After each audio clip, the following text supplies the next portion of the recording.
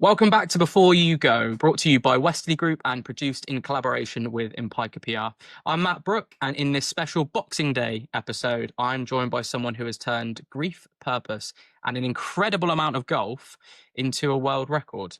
My guest is Josh, otherwise known as Ginger Golf, who has now officially broken the Guinness World Record for the most 18-hole golf courses played in a single year. What began as a response to the loss of his mum has become a mission that has inspired thousands. We're going to talk about the challenge, the grief behind it, the highs, the lows, and what happens when you push yourself far beyond anything you ever imagined. Josh, welcome to Before You Go. Thank you very much. Pleasure to be here.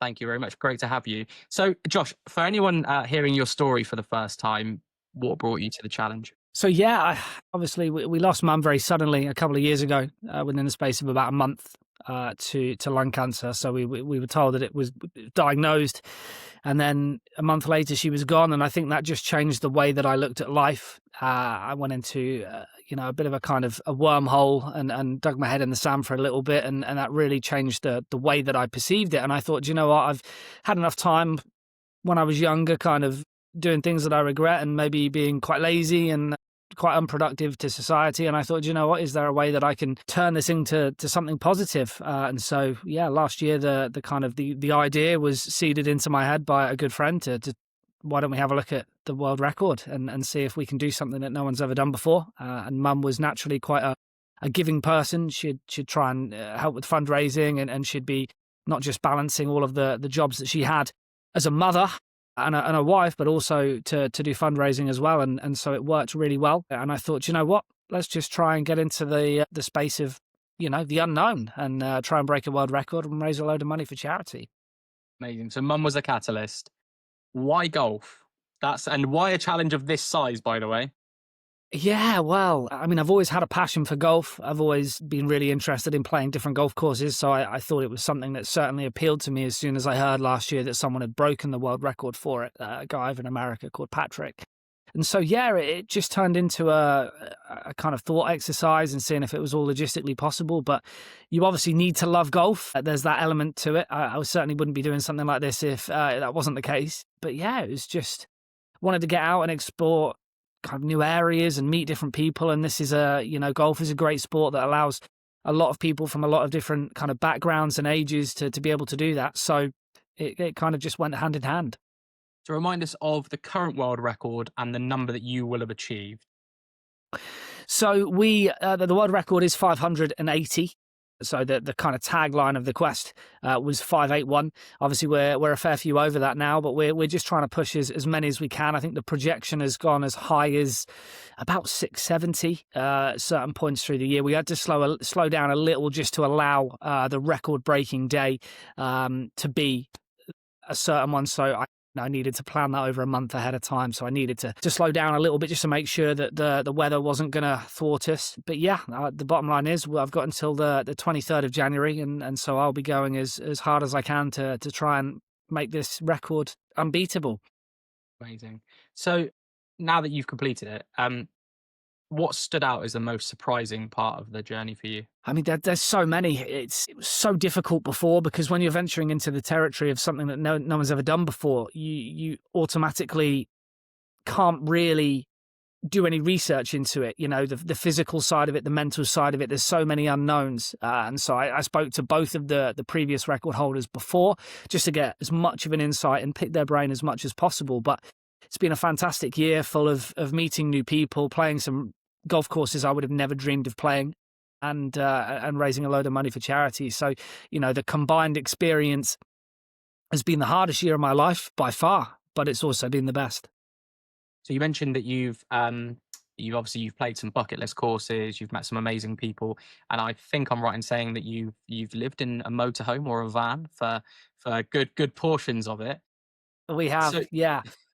So what bit have you enjoyed the most? Obviously been very challenging, but what bit have you enjoyed the most? I think the golf community, I think I'd probably have to say. I think the golf community, I think obviously golf is a sport that can be played by so many and for so many reasons, whether that's for fitness, whether that's the old boys just trying to keep social, or you've got the kind of young guns trying to turn pro, or the junior golfers, the lady golfers for a bit of a catch up, the competitive. There's so many different avenues that people can go down, and mine was, I suppose, playing different golf courses. And I've realized this year that people I've never met before, I just want to help and know the story, and it's resonated with them in a certain capacity, and people just want to help. And I think that's something that I've really enjoyed this year, is just meeting all of these people. I think I heard a little dicky bird told me that you turned up one morning and someone just rocked up with £100 and said, I saw and heard about you. Here you go, here's a donation. And that is obviously indicative of the sort of engagement that you're getting with people, and how that I believe that individual literally came because you were there that morning to the golf course. So you're obviously reaching far and wide with it, and that must be, it's incredibly powerful in spreading the message. It must feel amazing. Yeah, I mean, the power of social media nowadays, I mean, there's so much to be said for how negative it can be. And I know that if it's channeled in the right way, it's such a powerful tool. And I think it just shows that it's almost a bit weird for me, because I'm not really doing anything different, but I'm obviously posting something in a forum, in an environment where a lot of people could see it from a lot of different places and a lot of different countries. And so, yeah, just people seeing that, or seeing a news article on the news, and then just turning up to a golf course and being like, I've seen you, have some money, I love what you're doing. And it's crazy, because I've almost thrusted myself into this world when I hadn't had anything like that, no kind of training. I hadn't ever obviously been recognized before, and all of a sudden it's kind of a bit strange, and it takes some getting used to. And now that the record's officially broken, how does it feel? It's insane. It's kind of takes me back to last year, when that period between May and November, when I was really debating whether or not this was the right decision. I could have started the world record attempt and got injured, became unwell, it become a massive financial burden if the golf clubs wouldn't have looked after me in the way that they have this year. So there's been a lot of kind of sleepless nights last year, and a lot of worrying times, and to sit here now having broken it is insane. It feels so good to do something that no one's ever done before. And obviously that was, I suppose, the priority number one this year. But the second place of that is trying to raise as much money as we can. And, we've done a good job at that as well. Well, what was your target? Target at the start of the year, I mean, I just threw a random number out and I said, look, if we could get 100 grand, that would be amazing. It's so difficult to know how this challenge is going to be received, because it's quite an isolated event. I think people won't appreciate it unless they play golf. I mean, I chatted to a few people who don't, and they're just like, you're just going on holiday for a year and playing golf, and I think they fail to see that, too much of a good thing is certainly a reality, but also it's not easy, living in a camper van, putting yourself in new environments. So I think we'll end up, I think I've adjusted that a little bit. I think if we end up anything kind of within the 70,000 region, I think that would be absolutely incredible. With a challenge like this as well, of course, and like the longer it goes on, and the more, because imagine once probably go on another level now that the world record's been accomplished, because people will see it and have a more of an interest. It will probably become a bit more mainstream. I think you probably find that you'll get a lot more donations that come into it. So I was just wanting to kind of talk to you a little about insights into grief following the loss of your mum. So one thing that we talk about a lot on the podcast is kind of some of the talking aspects of grief, and some of the kind of the misunderstandings about grief and loss and things like that. And I was going to kind of start by asking you, what do you think people kind of misunderstand or overlook about grief in your experience? I think that it's the cliche that everybody says, but until it happens to you, I don't think there's really anything that can prepare you for that. And there's no good people explaining to you what it's like, because everybody does respond in different ways to it. But it's tough, I remember looking at that, and I remember the moment that Dad told me, and I went upstairs and I just absolutely broke down when Mum had cancer. At that point, we didn't know what kind of cancer. We didn't know that we would later find out to be stage 4, and there was nothing that we could do. But it just, your world just comes collapsing in on you. And I think people don't understand, you know, if nothing like that's happened to you before, you don't have the capacity to be able to deal with that. And every problem that I had in life up until that moment was just rendered absolutely insignificant. You know, all of these bad days that I thought I had because I'd had an argument with someone, or I'd just had a bad day and whatnot. And it was useless. You know, it was just, it meant absolutely nothing compared to this. And I think that certainly I learned to, you know, adjust accordingly, I think, in that scenario. But on the flip side, something like this happening to you, I think that it's the power of loving someone and the power of having someone that you care about. You know, if it hadn't have affected me, then, you know, I'd have been almost a little bit more worried, you know, and the fact that how hard it hit me was, you know, detrimental to what kind of a person she was and what kind of a relationship I had with her. It's really interesting to see how grief has changed your view on everyday situations and how you probably approach things moving forward. It's a really interesting take. You've taken something painful and you've turned it into something really meaningful.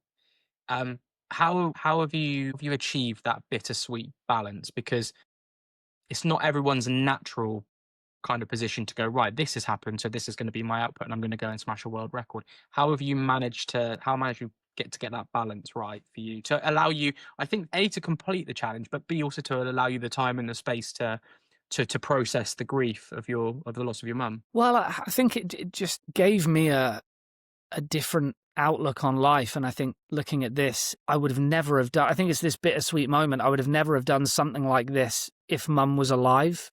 But also I would have loved for her to see what I'm doing this year and I have done this year. And so it's hard, it's horrible, but at the same time, I could have gone down and just buried my head in the sand and gone, do you know what? Yeah, that's sucks, but let's just get on with life. And it made me realize that, do you know what? Life is short. No one knows no one knows when you're going to go, and no one knows what happens to you at the end. And so my logic and the positive that I tried to bring with this, or bring from this, was, you know, I want to do something with my life that's meaningful, and I want to contribute something good to society. And to me, once the idea was in my head, and once I'd certainly debated it a long time internally and through kind of reaching out to friends and testing the waters with them, that was the way that I saw that I could do that. I saw a clip from the documentary where your dad says, like, he just couldn't see it, basically. He couldn't see how you would be able to achieve it, but he knew he had to support you in it.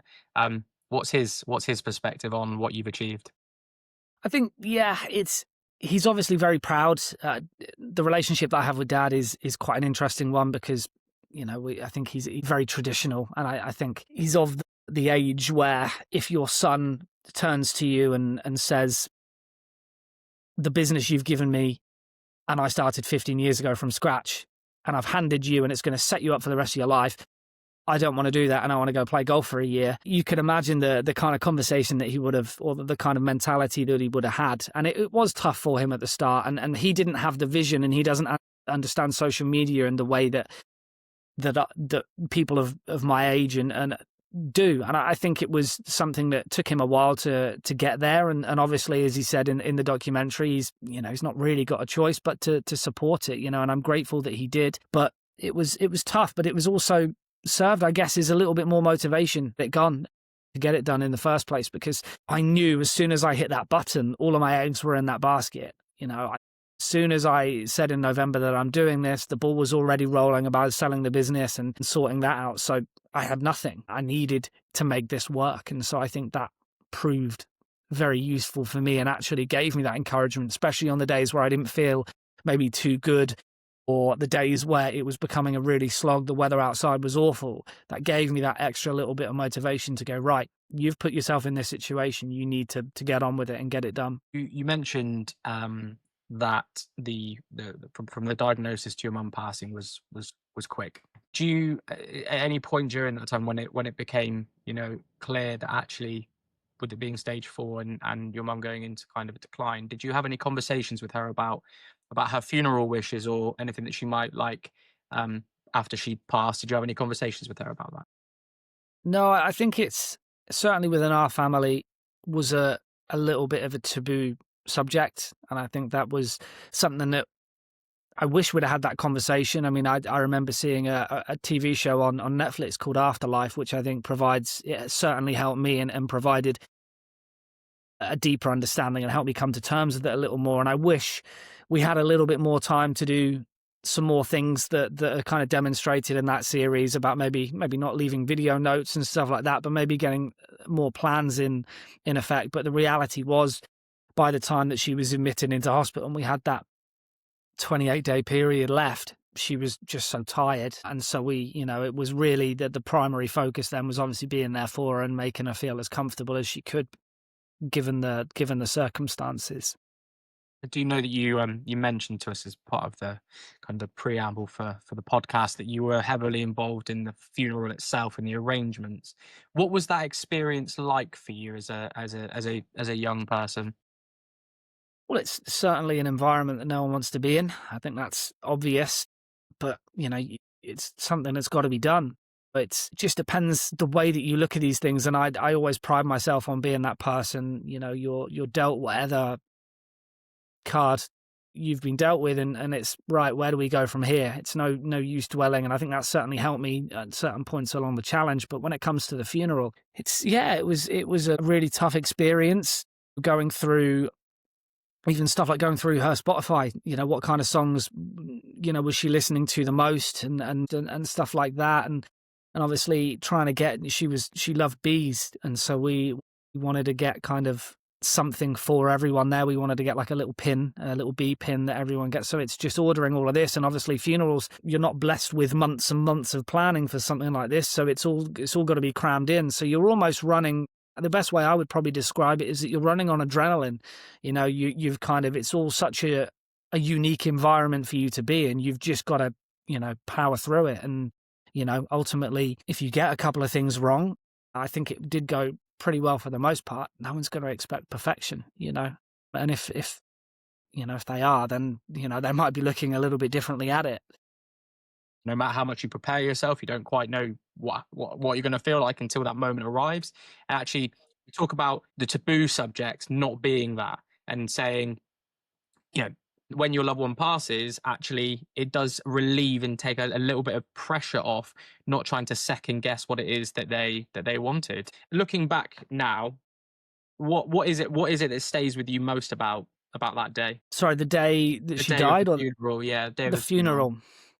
Yeah, I think it was actually the moment. I remember giving a speech at the funeral, and I remember Dad coming up to me, and I think there was a couple of people there, and I remember Dad kind of came up to me, and we were chatting to a few people, and he kind of said, you were the hero that day. And that, for me, it really resonated with me, because we're not a family that shows emotion. I've seen my dad cry 3 or 4 times in my life, and that was even more of a scare, kind of seeing him break down in the documentary. It almost puts this kind of human aspect on him, because we're again going back to that kind of traditional belief. I think showing emotion is a weakness, and I think that, for me, certainly made me think, oh wow, do you know what, he doesn't usually compliment me, and so I think in that environment it was a powerful moment. And I think she would have loved that. I think the fact that something so negative has happened, but it's brought me and Dad together, and I think she would have really, really loved that. Beautiful growth, really beautiful. What do you think she would say after what you've achieved? I think she'd be really taken aback by it. I think she'd be quite emotional, knowing her and the effort that she put into trying to help. But she'd also think I am crazy, absolutely delusional, for doing something like this, because it was a big risk. But like I said earlier, if she was alive, I would have just been kind of tinkering along and doing all of that, and something like that has caused me to look at life differently and gone, do you know what, we only get one shot at it, why didn't I do something cool with it? And I think she would have really appreciated the message. She would have been very proud. But yeah, absolutely incredible. So now the record's broken. 2025 is nearly in the rearview mirror. What does 2026 look like? It's the $1 million question at the moment. That's what everybody asks on the golf course as well. It's just, I think at the moment the priority is trying to build up the number as much as I can. I've got until the 23rd of January. That's the last day of the challenge, starting on the 24th. So the priority at the moment is just trying to smash out as many golf courses as we can and try and get the record to a point where it can't be beaten. And from there, I'll then take stock, probably go on holiday somewhere warm. No golf clubs. I don't think we'll keep them at home for once. And then figure out what's what. Take a bit of time and take stock of the options and yeah, see what happens. I think a career in the golf industry would be quite cool. I mean, even if I like it now and love the sport now, even at the kind of quantity I've been doing this year, then I think I'm in it for good. So it's just figuring out what kind of option is best. Amazing. Do you worry that achieving something so big could make it harder to feel fulfilled with what comes next? Because this isn't an everyday challenge, and like you say, you're doing it so that it can't be beaten. So how do you find something that can make you feel the same way? Yeah, I mean, it's a great question. I think I won't really have a true answer until 5-10 years down the line. When something like that happens, it's so tough because the way, looking back at the start of the year and how I thought this year would go was nowhere near to how it has actually gone. And so some of it's for good, some of it's for bad. But the bottom line is, when you're planning something so far in ahead and something that no one's ever done before, you're not kind of following off a textbook. And so it's very difficult to plan. And so my thought process for after the year and what comes next is just as difficult to plan. And I think it will be tough. There will be an adjustment, but there's also been hard parts of the challenge as well. I like to look at things in perspective and try and weigh up the options as best as I can. And you could go, well, yeah, this has been the year of my life. It's been absolutely insane. Everyone's been super friendly. But then you'd also go, well, do you know what? I've made some sacrifices this year. My dog passed. We lost him, my auntie as well. So I wasn't able to go to her funeral, wasn't able to see my dog pass. My best friend, she's just had a kid. I've still not been able to meet him. So the flip side of this is the darker side of the challenge. And those are actually things that, it's going to sound a bit weird, but I will look forward to, I will have the opportunity to do in the future and obviously get a bit of stability back in my life. Although I will say that if you've achieved this in a year, who knows what you could do next year and the year after and the year after that. So we will watch and patiently to see what happens next. I want to finish off by doing something that we do on every episode, which is some quick fire questions. So first thing that comes to your head, Josh, got a few. Okay, let's do it. All right. So toughest course of the entire challenge. St. Melian. Favorite course? Royal County Down. Better sanctuary, the motorhome or the fairway? Motorhome now. One item you couldn't survive the challenge without? A laptop. A moment that kept you going after when you nearly wanted to quit? Hitting the first milestone on Mother's Day, 100 courses on Mother's Day, was pretty special. One thing people get wrong about golf? It's for everyone. One thing people get wrong about grief? It's a tough one. It affects people in different ways, and you've got to respect, I think, how people can handle it in different ways. Before you go, one word to describe your 2025. Chaotic. Summed up beautifully. Josh, thank you for joining us, and congratulations again on becoming a Guinness World Record holder. Thank you. It is an incredible feat. Your story isn't just about golf; it's about love, and it's about loss and resilience, and choosing to build something meaningful from the hardest moments. Where can people find a bit more out about you? Where can they support you? Yeah, so I mean, I've documented every day of the journey via my social media platforms. So I'm ginger.golf on Instagram and on TikTok. And for those of you not savvy enough to have social media, which is sometimes not a bad thing, it's gingergolf.co.uk. And there you'll find a little bit more about the story. I'll have a map of where I've been this year. If I'm still going, by the time you hear this, it will be the next 7 days on there, and obviously where you can donate to two incredible charities. This Boxing Day episode of Before You Go is brought to you by Wesley Group and is produced in collaboration with Empire PR. If today's conversation brought anything up for you, please reach out to someone over this festive period or one of the support organisations that we will have linked in the show's notes. Thank you for listening. Don't forget to like, follow and subscribe so you never miss an episode. Thanks again, Josh, and we'll see you next time on Before You Go.